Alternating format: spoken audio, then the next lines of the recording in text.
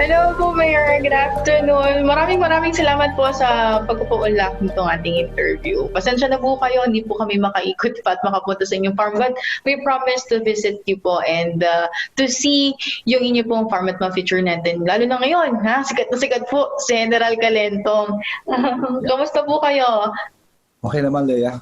Okay ba? I mean, hindi ko kasi nakikita. Medyo ina-adjust ko lang ito ngayon. Yes po, okay naman po. That's very good naman po, Mayor. Maraming salamat. I'm so happy po, Mayor. No? Ngayon ko lang ulit po kayo makakausap after a very long time dahil nga po naglaylo yung ating karera. At una po, gusto ko po kayong kamustahin. Kamusta po kayo, Mayor? Actually, nagkaroon kasi na parents ko nagkaroon ng COVID. So, I chose to be with my mom. I was in the hospital for a month taking care of her. Tapos nahawa rin ako roon, no? Because I signed waiver.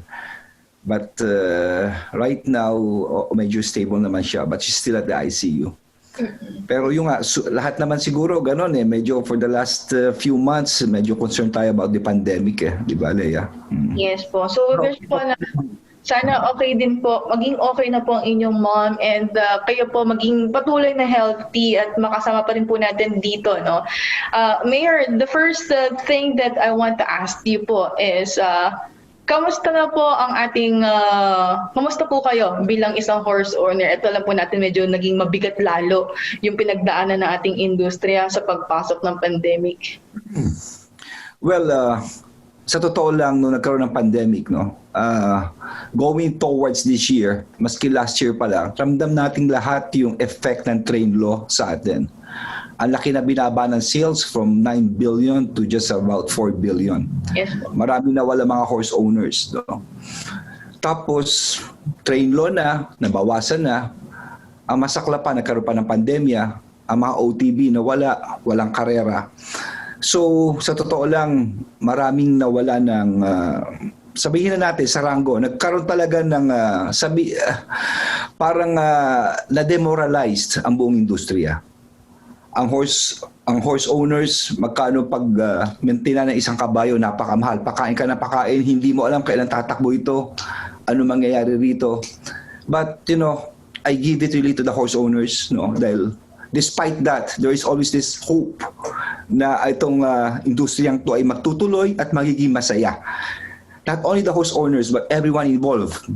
The club owners, itong mga jockey, trainers, sota, bayang karerista, kayo sa media, Leia, no? You're giving life back to this industry. Magtutulungan lang tayo rito. Babangon tayo.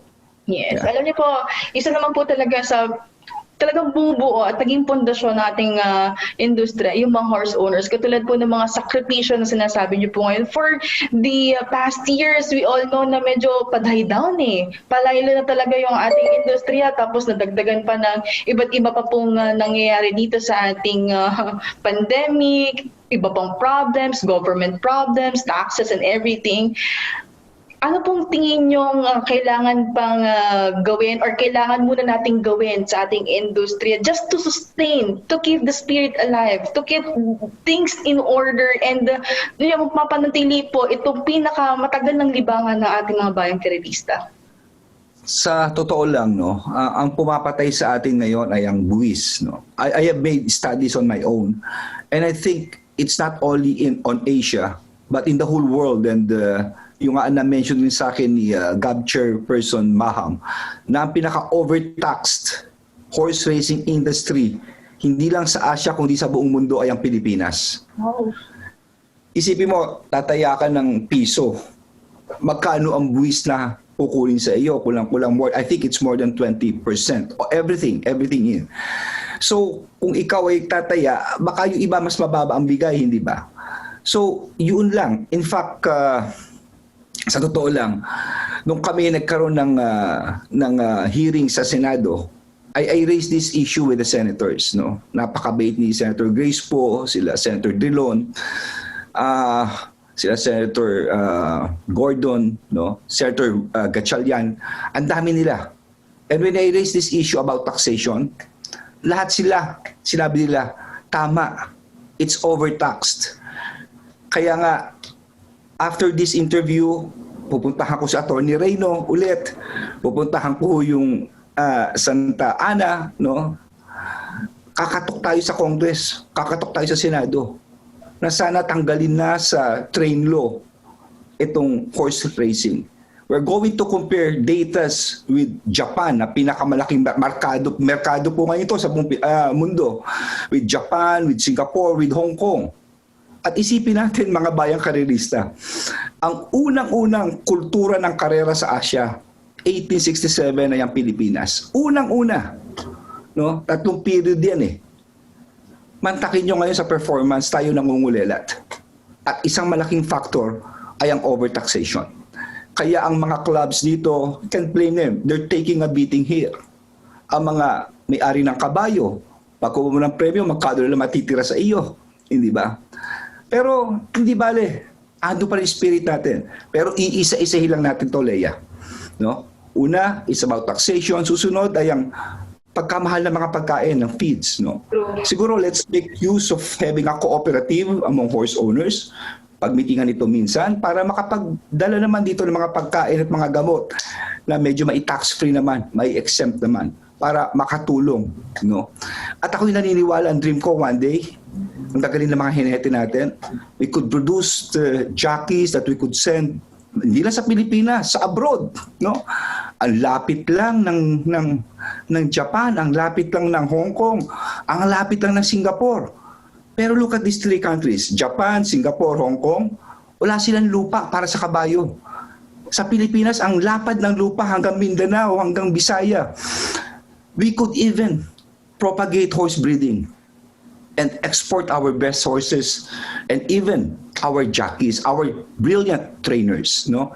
I'm a dreamer. Ako'y nananaginip. Pero I know everything, kung magtutulungan, walang panaginip na hindi pwedeng matupad. It's so enlightening to hear your thoughts po, Mayor, no? Alam niyo yung vision niyo para sa industriya, hindi lang para sa horse owners, panglahatan. And I'm so happy that you're part of us. Alam niyo po, kailangan po natin talaga na, tulad sinabi niyo, magtulungan. We need to be united, lalo na po ngayon, na kailangan medyo magkapit-bisig po lahat, na isang tabi muna yung mga personal na interest. At yung inyo pong sanang nilalakad at naisin, hopefully makarinig po tayo ng magandang balita in the future. Meron na po ba tayong progress? Meron na po ba kayong updates regarding dito po sa inyo po mga nais mangyari pa? Well, for one, no, ang ating pangangarera ay hindi na every Sunday. Kasama na ang Sabado. Pinayagan na po tayo ng IATF. Binuksan na po ang ating mga OTVs. Pero bayang karerista, ito nangyayari. Kung ikaw ay OTV owner at pagkatapos ay gagastos ka sa upa ng ano mo, tapos sabi mo ng 8 karera lang sa isang buwan, hindi mo mababawi eh. Hindi mo mababawi talaga eh. So you have really to go online. Ang online naman, alam nila, Attorney Reyno, medyo magastos po ang bayad niyan, no? Kung di ako nagkakamali, more than 2 million a year ang lisensya po niyan. Kaya dito para sa akin, let's patronize this at huwag tayo tataya sa illegal bookies dahil yung tumataya ko sa illegal bookies, lalo yung pinapatay industriya. Hindi na pupunta ang pera sa gobyerno at lalong hindi na pupunta ang premyo, ang pera sa industriya. No? Wala po ito, tapong po lahat ito. No, you're not helping the industry. So, ang good news dito ay kasama na po ang Sabado and hopefully, lalakarin namin na maging normal na tayo, no, with the IATF. Hopefully. Pero tama ka, Leia, ito'y pagtutulungan ng lahat. No, kumbaga sa taong nalulunod, dati nalulunod na talaga tayo with the high taxes, with the pandemic. Pero ngayon hindi na, naka-float na tayo. Susunod ito, lalangoy na tayo na mabilis. Ang ganda ng benta, ang ganda na nangyayari, no, at buhay na buhay ang karera. You're featuring rivalries among horses, yun ang bumubuhay, yung kulay, yung competition ng karera, no? Speaking of featuring horses po, no? Dumako naman po tayo sa lighter side, dun sa karera side po. We've seen your General Calentong super horse. Nagpakita po ng gilas, no? At yung first leg sa amin po, second leg sa kabila. Yung kanyang bute, yung aire. Alam niyo po, pumunta po ako ng ensayo last Friday. And most of the trainers talaga, sinasabi nila at ang term, dominado ni General Calentong ang Triple Crown. Well, actually, ang General Calentong po, ang dugo niya ay Union Rugs and Lorinda. Yung pong Union Rugs, isa sa pinakamagaling na stallion po ngayon sa Amerika, no? At yan din po ang tatay ni Union Bell. Magkapatid po sila sa ama, no? Kaya napakaganda sanang laban, no, para sa industriya, Union Bell against Calento. Unfortunately, para may konti yatang quarter clock yung si Union Bell, sayang, no? Pero sana makahabol para mas lalong mabuhay ang karera. Doon naman ako after parang nung araw, 'di ba, si Don Enrico against Ibarra, tapos may rivalry, maganda yung may rivalry pero ako yung nakachamba lang po rito, no? Sa totoo lang, lahat po ng horse owner, marunong naman tumingin ng kabayo yan, no? Titingin ng bloodline, dahil kung titingin ka ng bloodline, gusto mo makita, maganda ba dugo nito? Classic ba ito? Pangmahabaan? Binabalansi po yan. Kung pangmahabaan yung nanay, kukuha na ng konting tuli naman sa tatay. Ganun po yung ginagawa, may computer po dyan. At bago mo malaman tama ka, it will take you at least 3.5 to 4 years. No? So it's just like playing gods with genes. No? Ganyan po ginagawa ng lahat. Pero bandang huli, kamukha ng pangalan mo, Leia, it's just being lucky. No? Swerte lang po ako. It's been quite a long time. At kung yung swerte, alagaan mo lang. No? Sana I do hope that this horse, in fact, sayang naalala ko po noon, Mandaluyong Day. No? Unang tinakbo ko yan, Mandaluyong Day. Sabi ko sa hinete ko noon, sa trainer ko, si Jojo Angeles, Jo, wag na nating itakbo kasi wala siyang tune up. He just came from a long layoff at parang nakatapak ng bato. Walang kalaban. Sabi niya sa akin, Sir, mananalo naman eh. Kako Jo, tingin ko matatalo dahil yung kabayo, kinakalawang pa. Sabi ko, Jo, tandaan mo, Mandaluyong Day to ha. And true enough, ang daming tao, purtiga Mandaluyong, lahat tumaya sa kabayo ko. Ano yung nangyari? Natalo kabayo ko, no? I think ang nanalo noon yung kabayo ni Mayor Calixto, no? Kung di ako nagkakamali lang. Pero ang sa akin, okay lang yan eh. Nangyayari naman yan. Una takbo ni Hagdang Bato, natalo noon eh. I think it was one man soul eh, yung tumalo sa kanya yun eh. It really happens. Pero you know what? After 6 months, nagkaroon ng pandemic, si kabayo, tumangkad pa, lumaki katawan, nakapahinga, and he was prepared for the Triple Crown, no? Yung po ang nangyari. And I named him after Calentong kasi ako historian ako eh. Ang undergraduate ko before becoming a lawyer is history and political science eh. At saka tiga Mandaluyong po ako, isa sa pinakakalye po yan Calentong. Yung pong Hagdang Bato, barangay sa amin. Yung Malaya, kalye ko po yun, at yung Kanlaon naman, kalye ng daddy ko. No, kaya sineswerte ako. Meron pa akong kabayong darating. Pangalan niya is Shaw Boulevard. Wow. Kaya ganon lang. Well, hopefully sana lang, no? Magaling naman si kabayo, sana makachamba po for the third leg. Ang dami ko natutunan sa inyo, Mayor. Alam niyo, it's very uplifting ng spirit na naririnig natin na dapat meron tayong mga abangan. Yung mga naging lahi, nagkakaroon pa pala ng formula, hindi basta-basta na meron kang kabayo, meron kang mare, tapos meron kang, you call this, how do you call the lalaking kabayo, Mayor? Ang aking kabayo, stallion. Stallion. Yeah. So yung stallion mo, hindi mo basta-basta pwedeng ihalo lang basta-basta, no? So it's a matter of mix and match in the right combination eh. Di ba po? And nakita po natin na kayo po talaga naman maging maswerte. Even before, Mayor. I mean, you're so humble to tell na kayo po ay sinuswerte lang. Hindi po. Magaling po ang inyong stable. Magaling po kayo. Can you please share with us yung as a horse owner, ano po ba dapat na character ng isang horse owner, lalo na kapag nasa ganitong sitwasyon po tayo? Well, actually, no, gusto ko rin itong interview dahil baka marami nanonood dyan na gusto maging horse owner. No? Now is the time para dumami kami horse owner ngayon. No? Number one, hindi nyo na kailangan mag-enroll. Anong sabihin ng enroll? Baka meron turo sa inyo, bili mo to, bili mo yan. Ako po, sasakit ang ulo nyo. First, know the dynamics. If you need any advice or what, punta lang kayo sa akin. Hindi ko kayo bebentahan na kabayo. I will share it with you para lumago lang ang ating industriya. No? May mga sinasabing dugo yan ng kabayo. Titignan mo ang dugo muna. Tatay ba niyan? Kampiyon. Nanay ba niyan? Kampiyon. It also helps. No? Number two, titignan mo yung conformation ng kabayo.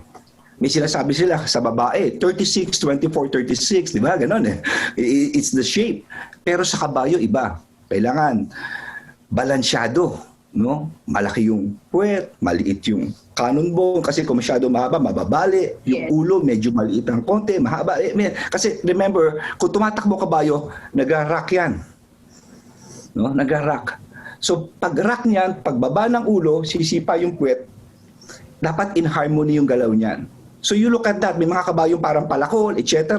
May mga tumitingin dyan, magagaling mga trainer tumingin dyan. Paturo muna kayo, it will take time. But for me, the most important is really the bed pedigree, yung dugo. Luckily, no, ang mga kabayo before, they were able to keep records up to the early 1900s. No? So, nako-compare mo, tanda mo, ang chromosome, genetics, XY. No? Basta may Y, lalaki. Ang XX, babae. Inahanap yung tail line. I'll give you one example, para kasi maging komplikado. I would like to recreate Jose Rizal. Kunyari lang, si Leia, ang kanyang lolo sa tatay, ay si Jose Rizal, sa tatay. So, gagahanap ako ng partner si Leia, na lalaki, pero sa nanay naman, ang Jose Rizal. So, ibabalansi ko yan. No? Before, the most perfect match was if you have a northern dancer, ihalo mo na sa prospector, that's it. Ngayon, mas komplikado pa. We have computers for that, hinahanap namin na ito. So, ang tagal, sila Herm Isguera, Sandy, sila Tito Puch, lahat po yan, nagko-computer yan. Pero ang masaklap, it will take you 3.5 years bago mo malaman tama ginagawa mo o mali. No? But take your time, take your time. At huwag kayong bibili dahil mura ito. Naku po, tignan nyo muna. Baka maya mura lang, sasakit lang ulo mo, puro pakain ka lang. Ako, ang formula ko, instead of buying 2 or 3 horses, hindi ganon. I'll just buy 1, pero matindi ang lahi, matindi performance. So, yun po ang sa akin. No? Maganda ang karera dahil bumabata ka, every year may bagong rivalry. Every year hindi mo alam kung sino mangyayari, at every year may juvenile, no?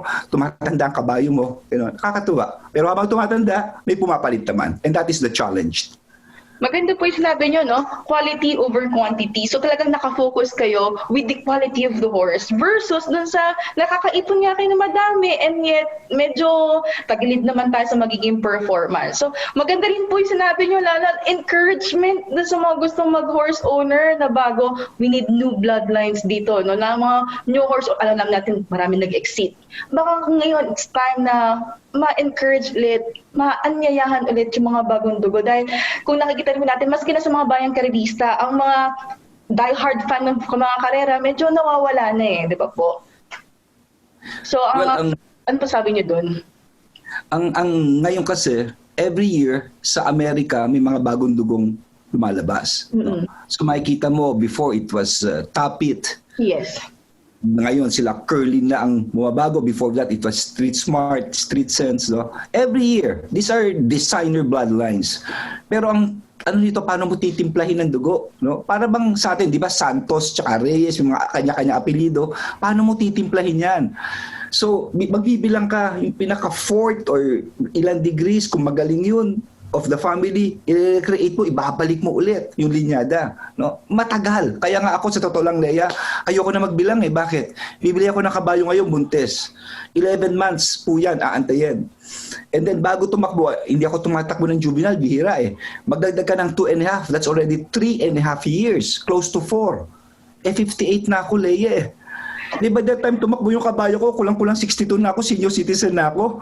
Kaya ako minsan ayoko lang, sabi sa akin ni Kong Calixto, Bernard, di na ako bibili. Bibili na ako yung yung runner na, ganon. Pero kanya-kanyang paniniwala. Pero ako kasi, iba yung breed mo Iba yung galing talaga, pinanganak sa stable mo, pinalaki mo, inalagaan mo, baby pa lang. Iba yung ganong happiness So I'm more of a breeder than an racehorse Oh, grabe po yung passion nyo para dito sa ating industry. Grabe yung passion nyo para sa breeding, no? At yung inyo pong focus and dedication. Maraming salamat po. Now, Mayor, can you please give us a little background dun sa mangyayari this Sunday? We all know it's the Marho Breeders' Cup. At naging matagal po kayong presidente ng ating organisasyon. Well, ang Marho po ay tinatag ni, of course, Ambassador Danding Coangco. hindi lang po ang mga tigamaro, kundi ang buong industriya po ay malaki ang utang na loob sa kanya. No? Siya po talaga ang nagtaas ng antas ng pangangarera ng kabayo sa buong bansa po. No? Marami pong mga naging presidente rito at lahat po kami, members, lahat, opisyales, nagtatrabaho para bigyan, maski once a year lamang or 2 days a year na magandang pakarera. Meron po kaming Mario Breeders Classic, yung pinakamagandang o isa sa pinakamalaki. I think hindi ko lang alam kung ilang milyon ang pakarera ngayon to. Ito yung pinakamagaling na Mario registered. Meron kami sa mga Colts, sa mga Phillies. Meron pa yatang sprint na ginagawa sila.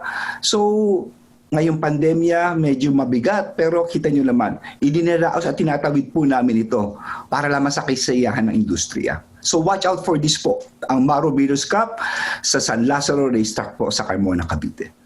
Wow, thank you so much po, Mayor. And alam po natin na ating po mga bayang karerista medyo nahihirapan mag-adjust lalo dito sa ating mga OTBs na ngayon pa lang naman bumubukas na ulit, no? At yung ating naman pong online bettings na nagko-cope naman po ang ating mga clubs. We all know medyo kami po, aminado po kami, nahihirapan po kami na gumamit ng mga bagong technology dahil medyo mayroon tayong mga restrictions, hindi naman po to basta-basta lang naman na pinoprogram na isang click mo lang.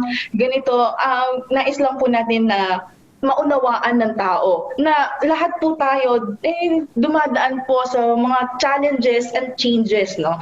At bilang isang horse owner po, bilang isang katulad po, politician, alam po natin na you've been into politics at nakakasalamuha tayo ng mga tao. Ano pong masasabi nyo sa ating mga bayang karerista para maunawaan yung ating current situation? Sa totoo lang ho, tama si Leia, no? Lucky Leia, mahirap po ang panahon ngayon. Masi kami, nahirapan po kami sa betting dahil wala ho tayong off track eh. I think yung first week, out of 200, 40 lang yata, 40 lang ang nag-open. Noong isang araw, buti naging 80, kahapon naging 100. But I don't think we'll reach that level of 200 na OTB dahil nga marami mga nagluluging negosyo, maraming mga nangangailangan po ngayon ng pera. Pero tignan na lang po natin sa ganito. Ang industriyang ito ay nagbibigay ng pera sa national government. Ang mga clubs only get 8.5% of the entire bets, no? Ang gobyerno malaki po nakukuha rito, pero most importantly than that ay marami mga industriya rito. Hindi lang ang sota, hindi lang ang henete, mga gumagawa ng feeds, mga farrier, no? Napakarami po nagbibigay ng mga kusot. Ang bilang ko ay kulang-kulang 10,000 pamilya ang nakadepende sa industriyang ito. Kaya ang bubuhay dito, bayang karerista kayo yung suglanin nyo Saka makakitang isang kung may 100 pesos ka, maghapon ka na manood Mas mura pa sa sine Maski pa win-win ka lang, pa double, ando pa excitement di ba? Ang importante ay buhayin po natin ito.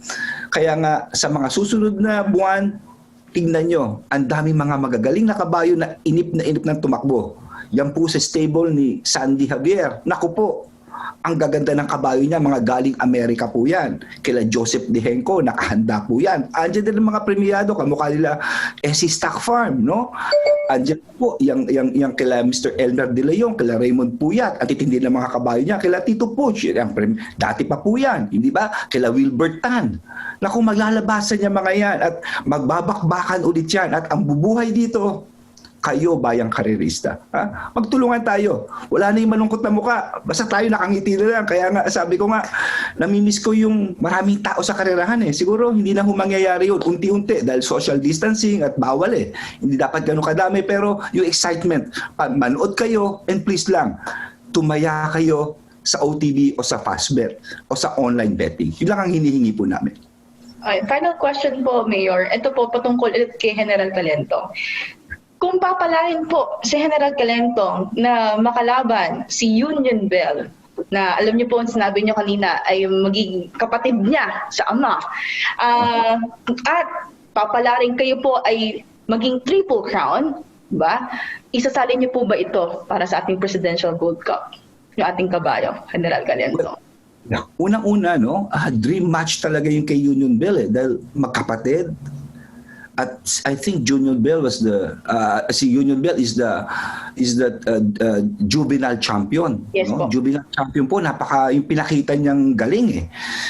Yung nanay magaling rin, no? So isipin nyo, labanan na magkakapatid, di ba? Mga bayang karelista, maganda to. Subaybayan nyo po ito. At of course, si Mr. De Leon is also a good friend. Napakabait na tao din po niya. These are just all friendly matches. Kung sakali mang makachamba po ako at lumusot si Calentong, gagawin ko po yung kamukha ng ginawa ni Hagdang Bato. Titignan ko kung ilalaban ko po siya from Triple Crown to Presidential Gold Cup. Bakit? Dahil ilang kabayo lang po ang nakagawa nun as a 3-year-old. I think it was Skywalker, it was Sundancer, it was Hagdang Bato, tapos ngayon nga po. No? So, iilan lang. Marami po na Grand Slam. I think more than 10, mga 11, 12. Pero yung sinasabing from Triple Crown to Presidential, I think there are just a few of these horses. So, titignan po natin. Sayang eh. Andyan eh. Wow. Kumakachamba. We're really praying and hoping na makita natin sa Presidential Gold Cup si General Calentong at makakalaban niya po yun yung ating defending champion na si Supersonic. Supersonic po, nanalo sila from the stable naman po ni Mayor Sandy Javier. And hopefully makuha rin natin yun na interview nila. Leia, if I might add, tamang-tama. Kasi alam mo, ito para ma-report ko lang sa inyo bayang karerista, no? Si Hagdang Bato nung nanalo po siyang Presidential Gold Cup, nakadalawa siya eh. We're going to the third eh. Unfortunately nga yung gate, nagkaroon ng aksidente lang po yun. No? It's just an electronic thing na mali talaga. Wala kasalanan po ang San Lazaro dito. Napakabait mo nila Atty. Reyno. Talaga it's just one thing na wala kang magagawa. Pero sana naka-third na ako noon. No? History rin yun. Pero ito lang po masasabi ko sa inyo. Habang defending champion ka, bumibigat ang peso. So imagine mo, no? I mean, ang Presidential Gold Cup is supposed to be the best horse in the country, kay matanda, kay bata. Ang problema, kung defending champion ka, bibigyan ka ng 1 kilo o 2 kilo, tapos kung mananalo kang 2, 1 kilo na naman. I think windblown, tumakbo ito 60 o kung ilang peso, o maski si strong material eh. Pero I think hindi na po tama. Bakit?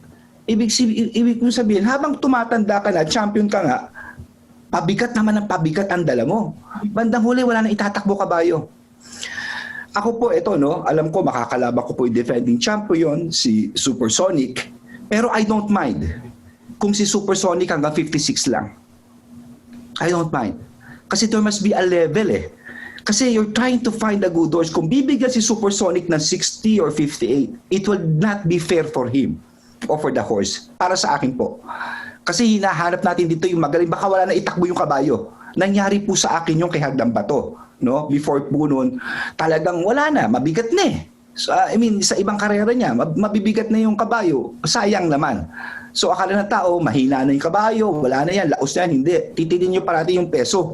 Ano yung peso mo against sa 54? Talagang ang laking bagay, no? Kung 6 o 5 kilo. Kaya nga, I'm pleading Firacom, no? Ako, this will be against me if ever in the future. Pero okay lang, at least it will set a precedent, no? Na sana, kung defending champion, pinakamataas, let's set a maximum. Kung 56 lang siya. Para habang tumatanda yung kabayo, tingnan natin kung kano siya kagaling habang tumatanda siya. Maski mga bata kakalabanin siya. Huwag na natin parusahan with the 58 or even a 60. Huwag naman, kawawa yung kabayo. Yun lang po ang sa akin. Thank you so much for that. No? At least we hear na yung side po ng mga defending champion. Na tama nga naman po kayo, we need fairness and we need balance. Para naman masabi naman talaga natin kung sino yung pinakamagaling. Because given that na medyo mabigat yung peso, nagkakaroon ng hindi tama, hindi balanse para doon sa magiging karera natin. Maraming salamat po. Maganda pong punto yun. At Mayor, can I have your words para po sa paanyaya dito sa ating pakarera on Sunday? Well, sa inyo pong lahat, ito po yung pinaghirapan ng Barho, ang aming presidente, ang aming pong mga opisyales, ang aming mga miyembro. And of course, with the San Lazaro Racetrack. Maski na may pandemya, talagang naglabas po ng mga pera yan, nag-solicit para bigyan kayo ng magandang palabas. Isa lang po gagawin nyo. manonood lang kayo sa napakagandang slate na ito. And please, tumaya lang po tayo sa tamang tayaan, sa legal na tayaan. Sa inyo pong lahat, mabuhay po ang industriya ng pangangkabayo. Maraming salamat, Leia. Maraming salamat, Maro. And of course, ang San Lazaro. Thank you. Maraming salamat po. Thank you so much, and hopefully makita po namin, makasama po kayo namin sa San Lazaro Leisure Park at yung ating mga bayang karerista na rin. Maraming salamat po, Mayor. Thank you. Thank you po.